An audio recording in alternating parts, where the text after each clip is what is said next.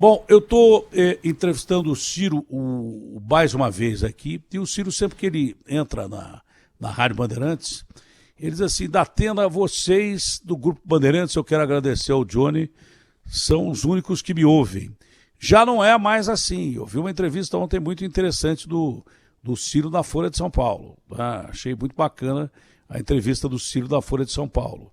E tenho a impressão que já está mudando. Mas eu queria saber se você já reservou os meus 100 mil reais para a entrevista de hoje. E eu vou te dizer por quê. Aliás, eu ganhei isso fazendo um comercial da Amazon ontem. Necessariamente não precisaria receber os 100 mil que nós combinamos. Se desse 50, eu já estava satisfeito, porque ontem eu gravei um comercial. Eu estou dizendo isso porque eu tive uma reunião discutindo, olha que coisa, de senador a governador de São Paulo e até seu oponente, ou sei lá, presidente da República, com um grande político aqui de São Paulo. E ele disse assim, no meio do caminho, o Datena tem um amigo nosso aí, tal, um sujeito conhecido, que diz que você recebe do Ciro para entrevistá-lo. Bom, primeiro que se eu recebesse do Ciro para entrevistá-lo, seria muito pouco, que a gente não fala tanto assim. Tá? Do Bolsonaro, que eu entrevistei muito mais que o Ciro, jamais insinuaram isso, disseram que eu era bolsonarista. Aí, quando eu entrevisto o Ciro, eu sou comunista ou sou de esquerda e tal, mas se eu fosse receber por entrevista com o Ciro, seria realmente muito pouco, que não é tão frequente assim que eu falo com o Ciro, apesar de, democraticamente, desse microfone, que a gente usa com democracia, isso é marca da família Saad, do Johnny Saad, do Ricardo, da Rosana, da família inteira, desde o seu João, e o Ciro sempre reconheceu isso, falou, olha, vocês são um dos poucos que nos ouvem. Tá? Eu queria agradecer por essa cesta básica que você me manda sempre durante as entrevistas, mas você imagina a resposta que eu dei pro cara. Para começar, eu já falei assim, tá bom, então eu divido com você. Metade do que eu ganhei do Ciro, eu vou colocar na sua conta amanhã, que é exatamente metade de 0 é 0, mas eu divido com você, se você quiser. Porque eu senti também um fundo de ironia do cara falando aquilo comigo e um pouquinho de ciúme, que talvez eu entreviste mais você do que o cara. Eu quero que ele se exploda se ele pensar dessa maneira, é problema dele, quero que ele vá pro raio, porque o parta pros quintos dos infernos. A gente não está falando em ódio, estamos até falando de um Ciro mais light. Se bem que esse negócio de light eu acho que funciona para margarina, acho que a pessoa tem que ser o que é mesmo. Mas o cara ouviu o que não queria ouvir, veio na lata mesmo. E o Ciro disse, olha, eu estou realmente mais tranquilo, mas se for preciso... Porque esse foi o teor da entrevista da Folha. Se for preciso, o inimigo sabe as armas que você tem para se defender e como você se defende. Mas que tem sido muito mais espirituosa a nossa participação em termos de entrevista, tem sido menos ácida, tem sido mesmo, a gente até observou na última entrevista, eu fiz essa observação, e eu tenho certeza que conhecendo o Ciro do jeito que eu conheço, não é pelo fato de querer ser eleito presidente da República, não. Mas é pelo fato de ele sentir que, na verdade, não é, Ciro, essa polarização, esse ódio não vão levar a lugar nenhum, e o momento que você perde brigando, você deixa de apresentar soluções. No momento em que você perde discutindo com o seu adversário político, você demonstra que você não tem conteúdo. E acho que os dois candidatos que aí estão preferem brigar do que demonstrar o que não tem mesmo, que é conteúdo. É um prazer falar contigo e acho que essa deve ser, a partir de agora, a premissa dessas eleições, que as pessoas dizem que não estão sendo discutidas por causa da pandemia, mas é outra falsidade. Já está se discutindo política mesmo para 2022 a cada minuto. Essa é a grande realidade. Conversas já estão sendo feitas e eu sugiro que o Bolsonaro aposte mais no conteúdo, nas ideias e no programa de governo, e que o Lula faça a mesma coisa, porque ficar ouvindo briga entre os dois não vai adiantar nada. E o Ciro é, com certeza, um candidato de terceira via seríssimo. Depois dessa exposição, a pergunta: e aí, comandante, como vão as negociações para o nosso futuro caminho político, porque só existe um caminho para salvar o Brasil. Ele é político e democrático. Sem isso, a gente não tem... quando se fala em vacina, se fala em política. Tanto que a gente está tendo CPI. Quando se fala em remédio, se fala em vacina. Em hospital, se fala em vacina. E tudo passa pela política. O ser humano é um animal político. E se a gente não fizer uma política séria, com propostas para tirar o Brasil de uma crise terrível, globalizada, mas que via muito grave, o senhor como economista, como um cara que entende de números, o governo Dilma Mantega colocou a gente, e os outros governos que vieram para trás também, nos colocou numa situação tão grave, que foi a pior recessão que o país já enfrentou na sua história, e isso tudo acrescido à situação difícil da economia globalizada, que vai muito mal, e principalmente o Brasil, um país emergente, com fome e com desempregados e com gente morrendo desse vírus vergonhoso que assola a nação, que é a diferença de renda. Dito isso, o Ciro que está aí é o Ciro que sempre esteve, só que é um Ciro mais voltado a plano de governo do que disposto a brigar. É um Ciro de mão aberta para o cumprimento, né, do que um Ciro de mão fechada para a briga. Inteligência é isso, na minha opinião, mas mais do que inteligência, é uma necessidade para os destinos da nação. Prazer falar contigo, Ciro. Muito bom dia, Datena. Muito obrigado a você mais uma vez pela oportunidade que me dá e já esclarecendo que é uma oportunidade que você dá a todas as vozes de todos os campos de opinião do Brasil. Não é? Quem fala uma coisa dessa com você não lhe respeita, mas, acima de tudo, imagina que tudo no mundo é comprável com dinheiro. E eu sou uma das pessoas que não sou comprável por dinheiro, e você também é uma pessoa que não é comprável por dinheiro. Eu, por simpatia, eu vou para qualquer lugar com qualquer pessoa, mas por dinheiro nunca fui e sempre preferi o caminho do espinho do que a facilidade. Não é o nosso forte, né? Não é o nosso forte. Né? Nunca me interessei, inclusive, por dinheiro. Não tenho empresa, não tenho rádio, não tenho TV, depois de 40 anos de luta na vida pública. Um passarinho me disse, eu quero começar essa saudação dizendo que hoje você comemora o seu aniversário. Portanto, eu quero me associar aí à sua imensa legião de fãs, de amigos, de admiradores, de críticos. Eu sou fã e admirador, desejando que Deus lhe cubra das melhores bênçãos, com paz, com saúde. No caso de sucesso é pleonasmo, porque você é um vitorioso na vida de comunicador, e eu espero que seja vitorioso também em qualquer outra missão que você se proponha nesse estágio de maturidade que você alcançou. Parabéns, Datena. Isso é uma palavra que eu tenho certeza expresso de muita gente pelo Brasil afora. Gratíssimo. Que bem admira. Bom, eu já lhe disse, vou repetir, eu sou a mesma pessoa, eu estou muito indignado com as coisas do Brasil, mas a indignação passou de tal limite. Ontem eu perdi um amigo de quase 50 anos para a Covid, um vereador de 40 anos na minha cidade. O primeiro carro que eu comprei foi um carro usado, nós compramos de metade. Eu dei a metade do dinheiro, ele deu a metade, para você ver o nível. Perdi esse amigo ontem.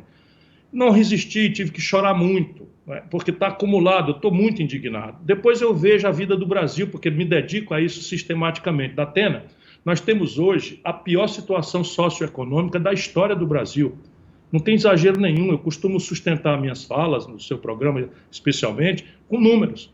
Né? O Brasil tem 40 milhões de pessoas vivendo hoje, não é, na informalidade absoluta, ganhando uma miséria, sem proteção de nada, sem 13º, sem férias, sem nada. Daqui a pouco vão ficar velhos e as pessoas não têm nada de aposentadoria. Isso é o maior volume de desempregados na informalidade, que eu considero isso desemprego, não é? Ou subemprego, pelo menos.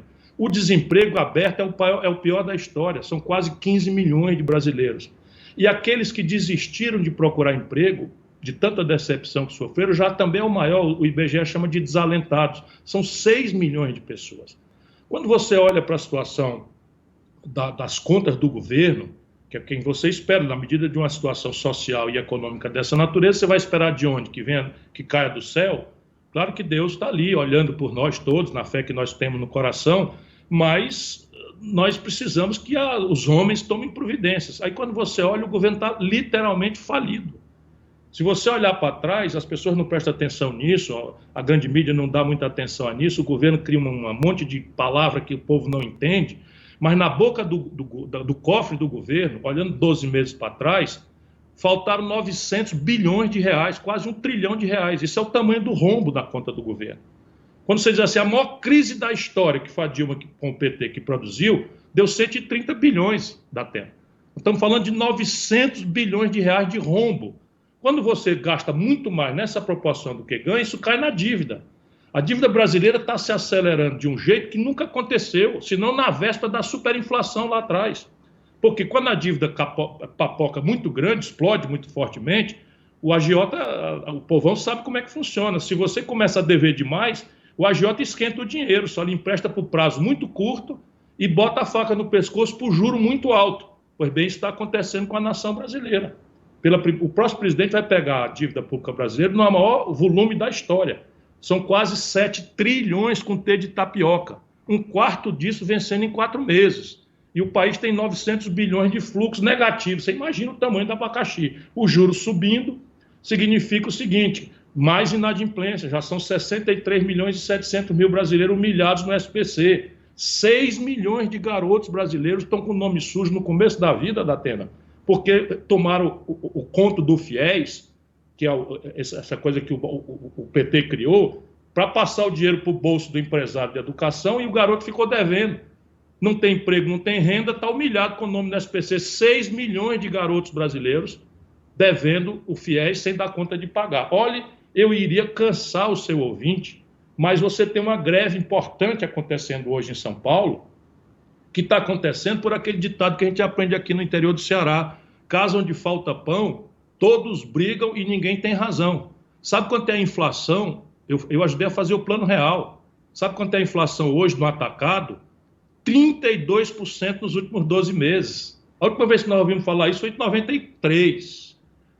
32% é o IGPM, que reajusta energia. Prepara o lombo, lá vem pancada no tarifaço de energia. É o que reajusta o aluguel, ninguém dá conta de reajustar. E o metroviário é um camarada meio de pequena classe média, que esse custo explodiu nas costas dele, percebe? E aí fica isso. Mas como é que vai fazer? Vai fazer uma greve, deixar o povão desempregado, na informalidade, precisando correr, às vezes, para fazer uma consulta, um teste, para ver se está com Covid? Ou seja, está tudo errado e o buraco é lá em cima. É o desmantelo. Você não vê uma proposta de debate para resolver o problema brasileiro. É só o Bolsonaro na lambança de lembrar a roubalheira, a corrupção do Lula e tal, que é muito verdade. Eles entopem isso com zoada, com insulto. Espera um pouquinho. Eu não estou insultando, nem agredindo, nem falando, eu tenho que falar uma verdade, porque é isto que o povo se lembra. O Palocci não foi um acidente de percurso, o Palocci era o braço direito do lulopetismo. Assinou um cheque da Atena de 100 milhões de reais, confessou que tinha roubado e devolveu. Agora, porque o Supremo, 5 anos depois, entendeu, não que o Lula era inocente, entendeu que o lugar de julgar o Lula não era correto em Curitiba, o lugar de julgar o Lula era em Brasília. Aí vai começar tudo de novo da pena. Daqui uns 2 meses, 3 meses, o juiz do Distrito Federal vai chamar o Lula para depor. Aí começa de novo a novela, vai condenar, não vai condenar, vai ter recurso, não vai ter recurso. Será que o Brasil aguenta isso? É só isso que eu estou ponderando às pessoas. Eu afirmo a você, o nosso país não aguenta. Nosso povo não aguenta. Por isso nós precisamos desesperadamente parar de discutir Chico ou Manel com paixões, febris, amores inconscientes ou ódios passionais, para botar nossa cachola, nossa inteligência, para puxar a inteligência do povo, para discutir a saída. E tem saída. O Brasil tem saída. Se a gente mobilizar o povo brasileiro, isso vira um jogo muito ligeiro. Eu ia perguntar outra coisa, mas se tem saída, qual é? Veja, eu sustento que nós precisamos, antes de mais nada, de um plano. E eu digo isso porque faz uns 30 anos que o Brasil é da mão para a boca. E nenhuma nação do mundo se governa assim, Datena. É da mão para a boca. Se você disser assim, fura meu olho com um plano brasileiro de renda per capita. Qual é o objetivo do Brasil? Nós temos uma renda per capita que é 1/3 da Espanha e nós queremos ir para onde? A renda per capita é a divisão da riqueza do país por cabeça. Eu sei que você sabe, mas estou botando o seu ouvinte aí na jogada. Qual é o plano do Brasil para distribuir renda? Ou, vamos esquecer, qual é o plano do Brasil para transportar nossas mercadorias? Chama logística, ferrovia, rodovia, navegação de cabotagem, caminhão.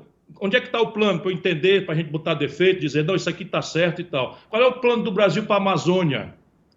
Então fica o nosso povo da Amazônia, são 40 milhões de brasileiros. Nós chamamos para lá, venha para ocupar a Amazônia, integrar para não entregar, era o slogan.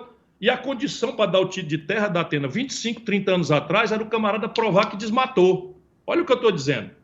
40 milhões de brasileiros saíram do Rio Grande do Sul, saíram do Nordeste, saíram, enfim, do São Paulo e foram atender o chamado do governo para ocupar a Amazônia. O que era ocupar? Era desmatar. Aí, de repente, 25 anos depois, o cara que foi chamado para mandar romper a família, romper os amigos, romper o ambiente dele, se internar, pegar 3, 4 malária, não é? E aí dizia o seguinte, só lhe dou o papel da terra se você mostrar que por A mais B que desmatou. De repente, agora isso é crime. E é crime mesmo. Mas aí qual é a alternativa? Qual é o plano? Como é que eu vou fazer com 40 milhões de bocas que estão lá e que precisam, né, tratar a floresta de um jeito que ela não valha mais em pé do que deitada? E eu enchi o saco do seu ouvinte aqui. Qual é o plano do Brasil para a educação? Você acha que acontece alguma coisa em educação sem um plano, sem orçamento, sem prazo, sem divisão de tarefa? Então, a primeira grande providência é um projeto. Esse projeto tem que ser nacional, porque a vida é nacional, o juro é nacional, o nível de tecnologia é nacional, o nível de escala, o tamanho das empresas é nacional, não é? E isso tudo o Brasil está apanhando feio. E tem que ser desenvolvimento da Atena. O Brasil está há 10 anos sem crescer um ponto percentual sequer na média. 10% do povo brasileiro, 21 milhões de brasileiros não sabem o que é uma economia crescendo.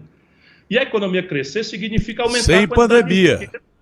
Sem pandemia. E aí que tá, eles querem que a gente esqueça e querem entupir com grosseria e zoada. 6 aninhos desses 10 foi o PT.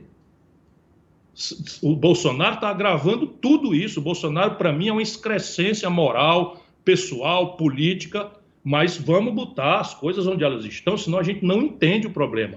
6 anos dessa década perdida, a pior dos últimos 120 anos, foi a tragédia do lulopetismo, agravada por uma imoralidade que virou ferramenta central de poder. Não foi uma coisa de corrupção, como esse Salles, que é um bandido que a Polícia Federal está investigando hoje, como, enfim, superfaturamento dos filhos do Bolsonaro. Não. Era central ao modelo de poder do Lula, petista, era a corrupção, a ladroeira, a compra de consciências. Isso o Palocci é um nome, mas eu tenho 50 nomes para quem quiser debater racionalmente. Para quê? Para me vingar? Não, espera aí um pouquinho, eu ajudei essa gente a vida inteira. É para a gente dar um passo adiante, para a gente poder discutir emprego, salário e dizer de onde vem o dinheiro. Reforma tributária, eles tiveram uma oportunidade de ouro. O Lula chegou até 86% de popularidade, não mexeu uma palha no sistema de imposto mais estúpido, mais injusto do mundo. O pobre hoje paga 40% da sua renda sem saber como imposto. Na cesta básica do Brasil, da Atena, o pobre paga 8%, o salmão, o queijo suíço, tudo lobby, corrupção, paga 0 de PIS/COFINS. Estou te dizendo onde é que está o caminho das pedras para dizer agora de onde vem o dinheiro para você fazer creche. O Brasil não tem um de cada 5 crianças.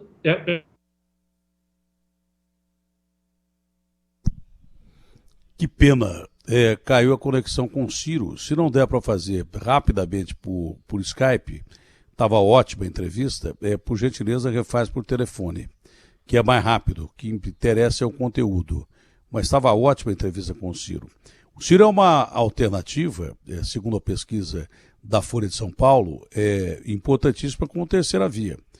O Moro, sei lá se vai ser candidato, está 1 ponto percentual na frente dele na pesquisa da Folha de São Paulo, mas o Moro aí está metido com empresa que, inclusive, defende a Odebrecht, que ele ajudou a condenar e quebrar. Né? Essa é a realidade. Então, sei lá se o Moro vai ser candidato ou se não vai ser candidato. A terceira via que aparece com força é a do Ciro. Essa aparece com uma força que poderia se opor aos dois presidentes. Né? O ex-presidente Lula, que por conhecimento de ser ex-presidente por 2 mandatos, e o Bolsonaro, que é o atual presidente da República. Então é natural que os dois aparecessem na ponta da pesquisa, por enquanto na polarização. Mas o Brasil e o brasileiro anseiam por uma outra possibilidade, uma outra chance de você apostar em outro nome. E dentre esses nomes na pesquisa que nós temos aí, o Ciro se apresenta como uma alternativa viável. Eu espero, então, o Ciro terminar o que ele estava dizendo, mas eu estava colocando aqui, Ciro, enquanto você estava fora, que, na verdade, nós temos aí a pesquisa da Folha, que é importante. O cara que diz que pesquisa não é importante diz bobagem, porque todo mundo tem que ter um norte. E a pesquisa dá o norte, não é? Mas nós temos os dois presidentes liderando a pesquisa, né? O Lula e o Bolsonaro. Sei lá se com essa diferença ou com outra diferença, mas estão ali liderando. Um porque já foi presidente 2 vezes e o outro que é presidente. Então, natural que aparecessem nessa polarização. Mas o quadro do Brasil não me parece ser esse, não. O quadro do Brasil parece ser a procura por uma terceira via. Eu estava dizendo que o Moro está metido ali com empresas que tem a Odebrecht como representada. Odebrecht que ele ajudou a julgar e quebrar e condenar e daí por diante. Duvido até que ele saia candidato. Mas o nome que aparece que pode ser catapultado, o Luciano Huck está acertando com a Rede Globo, não sei se vem candidato à presidência, acho difícil. O nome que aparece ali que pode ser catapultado é o seu. Você está percebendo isso como político experiente que as pessoas estão procurando realmente essa terceira via desesperadamente? Pode até não ser você, mas as pessoas estão procurando essa terceira via porque pela pesquisa quem aparece que pode ser uma pedra no sapato do Lula ou do Bolsonaro é você. Mas, sem dúvida, eu só arremato quando caiu ali, eu estava arrematando que o Brasil precisa de um projeto nacional de desenvolvimento. Esse projeto deve dizer, está aqui o problema, descrever o problema, qualificar o problema, como eu tentei mostrar para você em números, para que a população tenha consciência da profundidade do problema e não acredite mais em negócio de conversa fiada de político. O problema é grande, é grave, embora tenha solução. Ao definir o problema, nós definiremos a meta. Eu tenho uma proposta objetiva. O Brasil devia se impor a tarefa de virar uma Espanha, sob o ponto de vista de indicadores sociais e econômicos, em 30 anos.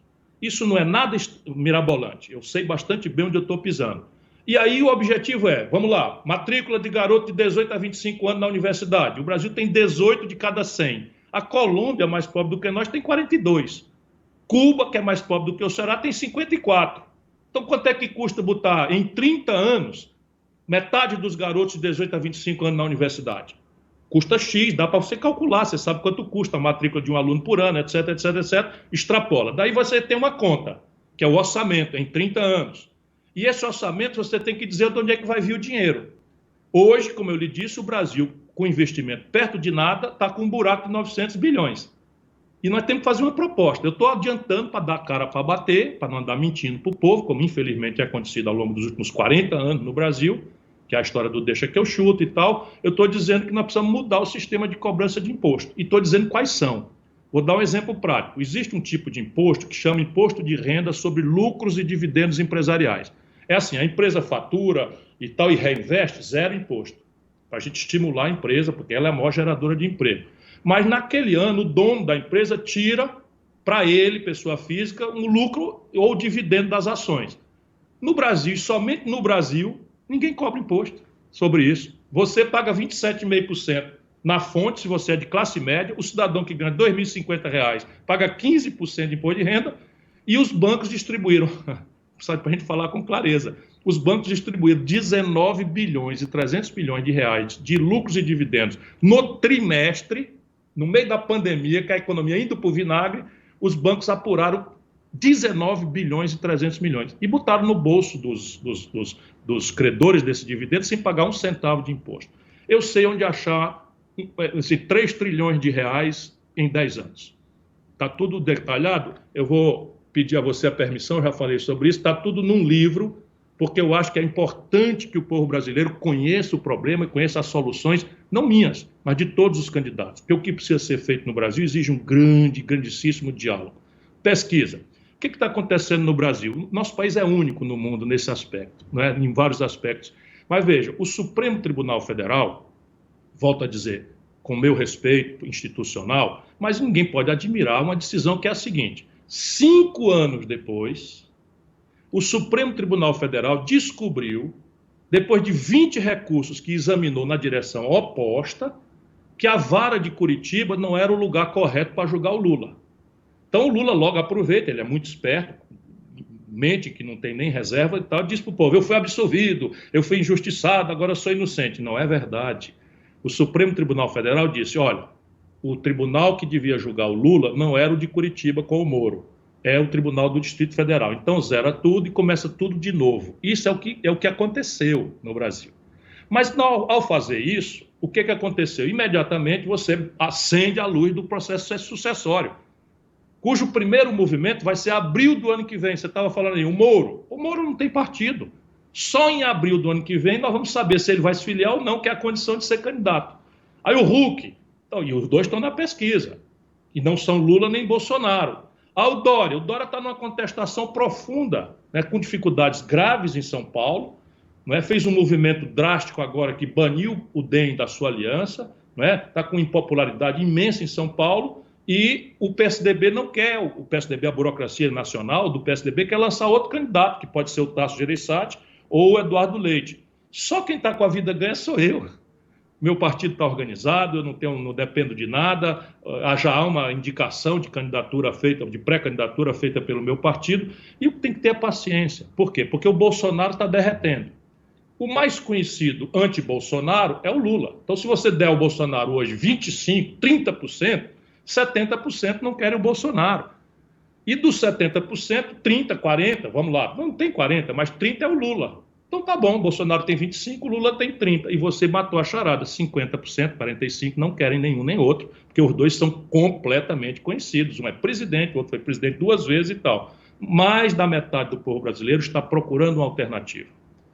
E é preciso ter humildade, paciência e procurar esse povo com determinação, apostando na ideia, apostando no diálogo, apostando na amplitude, porque, acredite, o problema é tão grave que ninguém sozinho dá conta de resolver esse problema. O Bolsonaro errou pra caramba, cometeu vários erros até agora.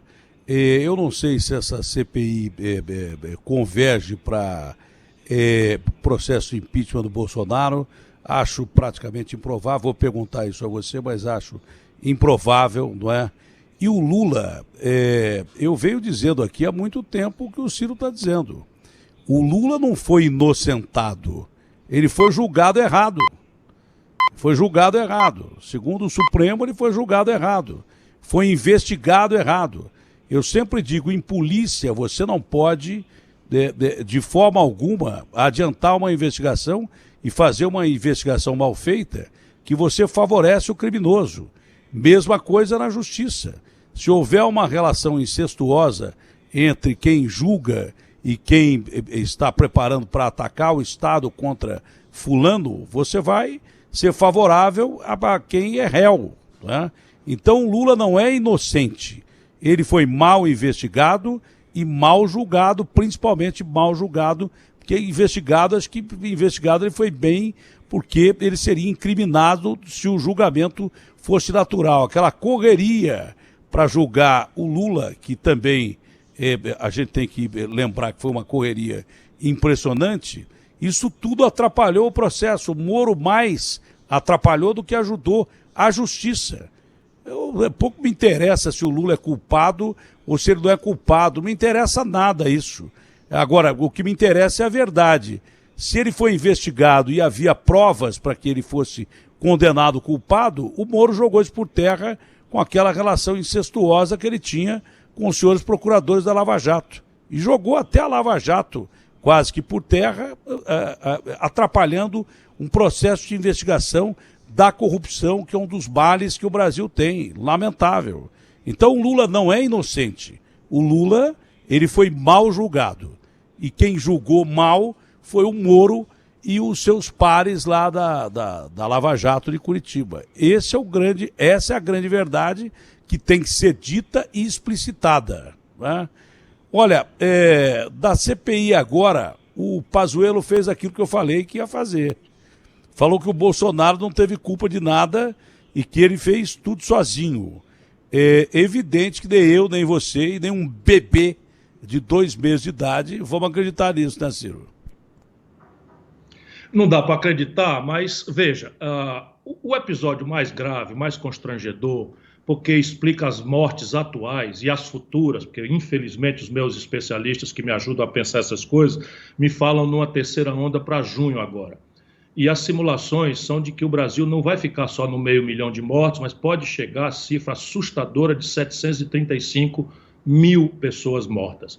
E, basicamente, você tem um elemento que é público, que é o Pazuello fez um acerto com o Butantan, em São Paulo, para comprar 40 milhões de doses, anunciou esse acerto junto do governador de São Paulo, etc., não é? Fez tudo isso, e no dia seguinte o Bolsonaro fez uma live dizendo que não era o dinheiro dele que ia pagar essa vacina, que não ia acontecer. Então o Pazuello está mentindo, né? Você pode até tentar nobilitar, que é uma tradição militar, de você não entregar o chefe, etc., etc., mas vamos lembrar que não está ali um general, não é, que está enfrentando inimigos, está ali o ex-ministro da Saúde, que é uma função estritamente civil, e enfrentando uma inquisição de senadores da República, que ainda que haja uma deformação grave, é o que há de mais importante como aforamento da vontade da nação, porque se representam ali os estados nacionais brasileiros. Portanto, ele está cometendo perjúrio, e isso é caso também, não é, de processo, né?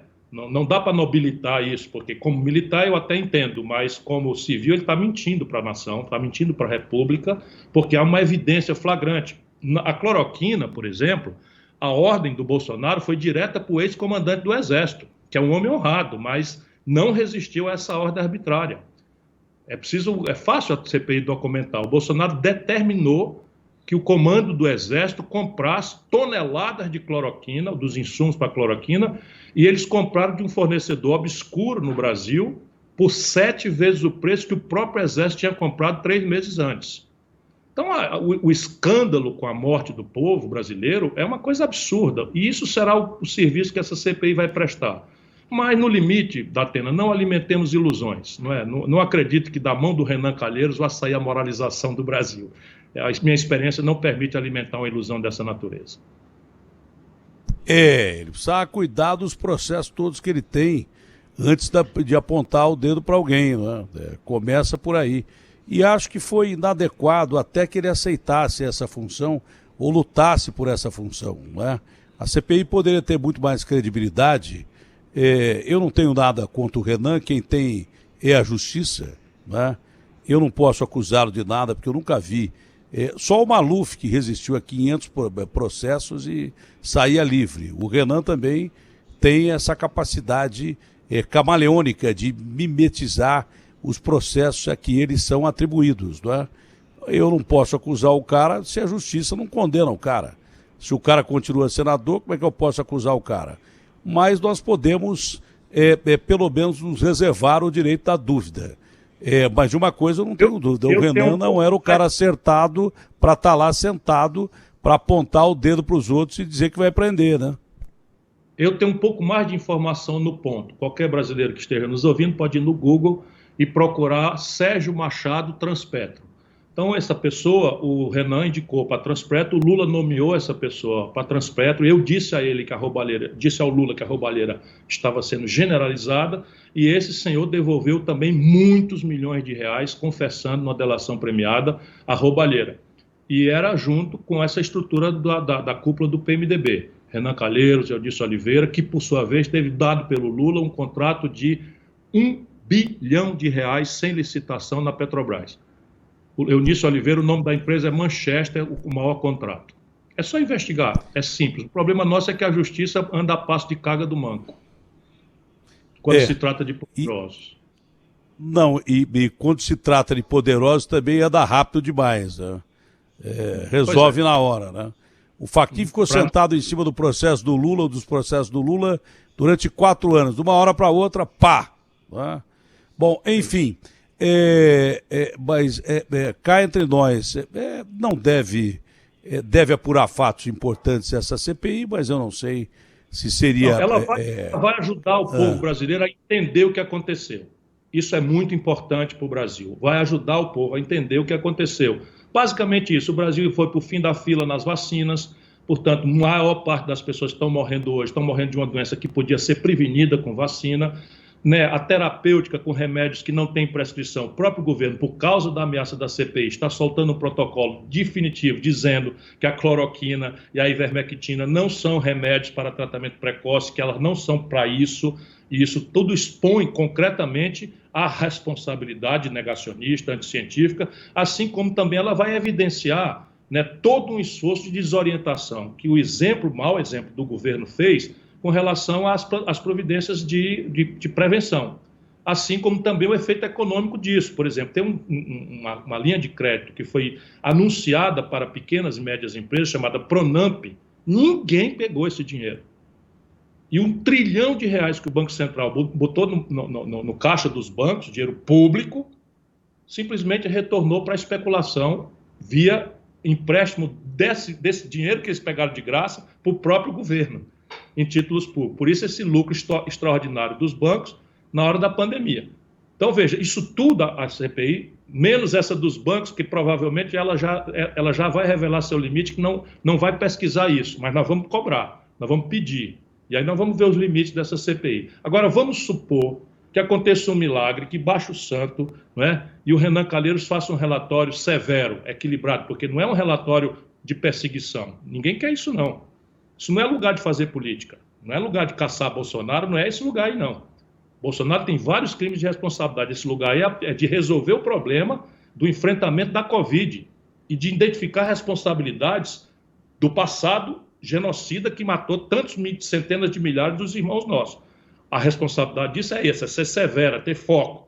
Mas se ele fizer um relatório que é improvável, muito improvável, e esse relatório seja aprovado, que é mais improvável ainda, isso vai para a mão do Aras, que, volto a dizer, com todo respeito institucional, infelizmente tem se revelado uma pessoa, para dizer o mínimo, omissa quando se trata de investigar as gravíssimas acusações que pesam sobre o governo Bolsonaro e seus filhos e sua equipe.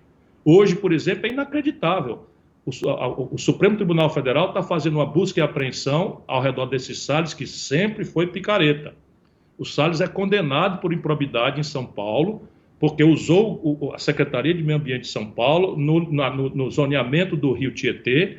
Ele fraudou uma geografia do Rio Tietê para valorizar a especulação imobiliária e recebeu propina por isso. Esse é o homem que o Bolsonaro colocou para fazer passar a boiada. Pois bem, hoje está acontecendo essa busca e apreensão do Salles. Inacreditavelmente, o Aras está nos jornais dando uma declaração de que não foi consultado, que isso é um absurdo. Que é isso? Por que ele queria ser consultado? Para dizer não pode investigar? A Polícia Federal está dizendo, Datena, que o ministro do Meio Ambiente brasileiro traficou influências para liberar contrabando de madeira extraída ilegalmente da Amazônia. Toneladas. A coisa é pior do que parece. Agora, no pior dos quadros, realmente a gente vai ter quase 1 milhão de pessoas mortas. No pior dos quadros, ou pela nova variante que vem da Índia, que é letal, que já deve estar entre nós, bateu as portas do Maranhão. 3 pessoas foram impedidas de entrar no Maranhão, já com a variante da Índia, que é altamente mortal, ela é letal. Não só é letal porque é letal mesmo, mas porque ela se transmite com mais facilidade. Está lá no Maranhão, parada lá fora, e está lá na Argentina, já dentro do país. É difícil que ela já não esteja entre nós. Então é possível que haja realmente uma terceira onda e de uma letalidade que a gente não sabe o tamanho dela ainda. Aliás, os cientistas mesmos dizem que não sabem em que ponto da história a gente está, né? Os próprios cientistas. Veja, até 4 dias atrás, contra a opinião de todos os cientistas, o Brasil continuou permitindo a chegada de voos da Índia. Até 4 dias atrás. A gestão dessa pandemia no Brasil é criminosa. Isso é uma mistura de incompetência com negacionismo, com coisa que eu, inclusive, não entendo que passa na cabeça do Bolsonaro, sabe, de entrar numa loucura de contrariar evidências. Eu acho que ele entrou e não conseguiu achar o caminho de saída, e aí vai agravando para tentar, pelo menos, fidelizar esse grupo de fanáticos que ele pode bater na mãe, chamar Jesus de palavrão, correr pelado na rua, e as pessoas ainda vão dizer que beleza, mito, mito, mito. Só pode ser essa a explicação, mas a conta é muito amarga.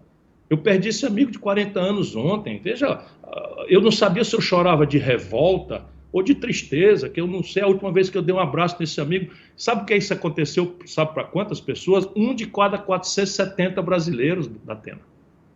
1 de cada 470 brasileiros morreu. Olha a proporção disso. Mas esse negacionismo passa a ideia, até de quem não era e pregava que o Bolsonaro era demais, e é mesmo, né? São Paulo está querendo flexibilizar ainda mais, abrir ainda mais no momento que nós estamos vivendo um filme de terror. O que eu disse, se essa cepa da Índia que mata milhares de pessoas todos os dias, né? Ontem bateu o recorde, chegou a quase 5 mil, o número histórico americano é 5.500 por dia, a Índia chegou perto, não é? Deve ultrapassar, porque tem 1 bilhão e 400 milhões de habitantes, teve lá aquele ciclone que atrapalhou vacinação, da pouca vacina que tem, deve ficar pior, né? Se já está em todo lugar do mundo, provavelmente está no Brasil, essa cepa da Índia. Eu não sabia desse dado de que os voos foram interrompidos apenas há 4 dias atrás. É provável que a cepa da Índia esteja aqui, a gente só não sequenciou, né? Mas o Bolsonaro, mas é clara a posição do Bolsonaro, Ciro. Se você tem dúvida, para mim é clara. O Bolsonaro nunca acreditou nessa doença, e quando ele começou a acreditar, ele acreditou que a imunidade de rebanho atingida pela morte e não pela vacinação é a coisa mais viável, tá? Então, para ele, se morrer 700 ou 1 milhão de pessoas, vai atingir a imunidade de rebanho tanto que quanto a vacina.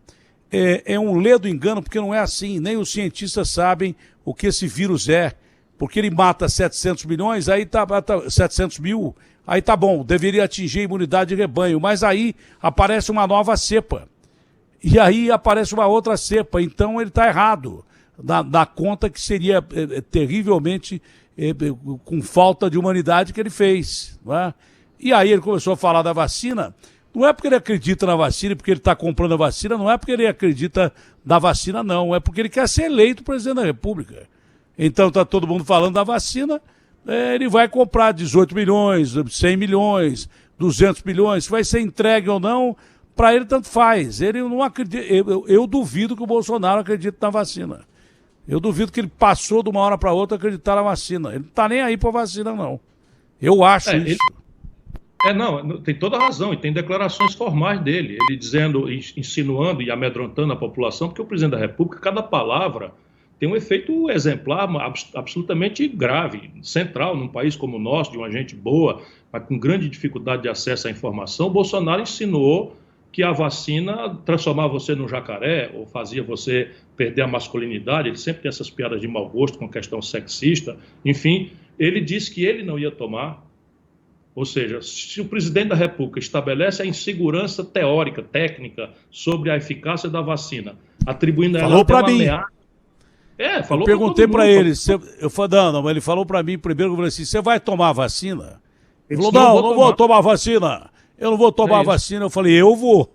Na hora eu retruquei, eu falei, eu vou, e eu acho que todo mundo devia tomar. Mas ele não acredita muito em vacina, não. Ele só está comprando milhões e milhões de vacina. Primeiro que vai ser duro para entregar, seguro. E segundo, que ele está falando em vacina por causa de eleição, só por causa disso. Ele não acredita em vacina, coisa nenhuma. E aí você tem uma sequela gravíssima, que é o que explica a contradição de alguns governadores, por exemplo, aí em São Paulo, que é o seguinte: se você não vacina com pressa, as sequelas de 1 onda, 2 ondas, 3 ondas, todo mundo diz que vem uma 3ª onda em junho agora. Vou repetir isso para a gente continuar tendo precaução a despeito dos governos. Então, veja, o que acontece? Fecha de novo. E aí, esse stop and go que os americanos falam, anda e para, arrebentou a economia brasileira. Então, é uma coisa completamente estúpida você achar que uma coisa é separada da outra. Não é. Só tem economia razoável quando você consegue pressa na imunização, ou um lockdown radical, tipo 15 dias, todo mundo trancado em casa, que você interrompe a transmissão. Como nós não conseguimos, nem fizemos nenhuma coisa nem outra, e não financiamos a transição das empresas, a transição está ficando mais cara e impagável. Não é? Então você está fazendo chegar para uma população que perdeu a renda R$ 150 de coisa, quando a cesta básica está com o pior poder de compra do salário mínimo dos últimos 16 anos, Madena. Chega a ser cruel. A cesta básica brasileira hoje em São Paulo custa R$ 640. Você dá 150 para um pai de família ou para uma mãe de família, é um quarto de uma cesta básica para uma família viver um mês. Olha o que está acontecendo no Brasil. Se as populações não botarem a mão na cabeça da gente precisar construir um outro caminho, eu francamente duvido da sorte da nossa nação para o futuro. Não adianta também você ter alimento se você não tem gás. O tijolo de gás está sendo cobrado a R$ 120 em alguns lugares do Brasil. É um absurdo. Isso por uma política de preço. O ministro Paulo Guedes, o Paulo Guedes vem do setor bancário, ele gasta R$ 250 num café da manhã. Ele não está. O Paulo Guedes, quando você fala em povo para ele fala assim: olha, povo, o que é isso? Deixa eu ver aqui na página 3 de Keynes, ou de o que é povo. Povo assim. É assim que ele pensa. Então, é capaz de um cara do boteco da esquina resolver a economia porque ele sente da pele, da dona de casa, ou o cidadão que faz compra, de resolver a economia é muito mais fácil que o Paulo Guedes. Você tem que usar toda a inteligência que você tem à disposição. Você é um cara que tem estudo, você é um cara muito bem preparado, muito melhor que o Lula e que o Bolsonaro em termos culturais, você estudou para isso e tal, mas você sabe que às vezes a sabedoria popular é mais importante do que está escrito no livro e tem que aliar uma coisa à outra, senão você não acha saída. Eleito presidente da República, eu não sei como é que vai estar o quadro no momento das eleições o ano que vem.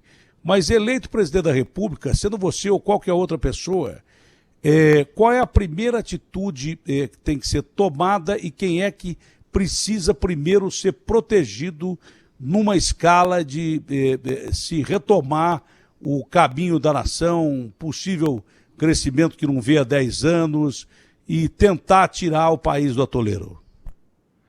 Entre a eleição e a posse, eu vou descansar 2 dias e vou cair em campo para construir 2 movimentos concatenados um com o outro. Um é uma reconstitucionalização do país, redesenhar a lógica dos tributos, as tais reformas brasileiras, só que não vai ser fatiada, vai ser uma proposta completa, com começo, meio e fim, explicando onde é que vai apertar o cinto, onde é que vai afrouxar um pouco o cinto, e os ricos vão ter que pagar essa conta agora no Brasil. Nada que seja diferente daquilo que são as melhores práticas internacionais.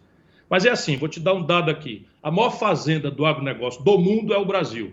A maior fazenda, todo mundo tem esse orgulho, eu tenho esse grande orgulho. Você sabia que o Imposto Territorial Rural, que essa imensa fazenda chamada Brasil, recolhe de imposto, é menos do que o IPTU que a classe média de São Paulo paga por ano?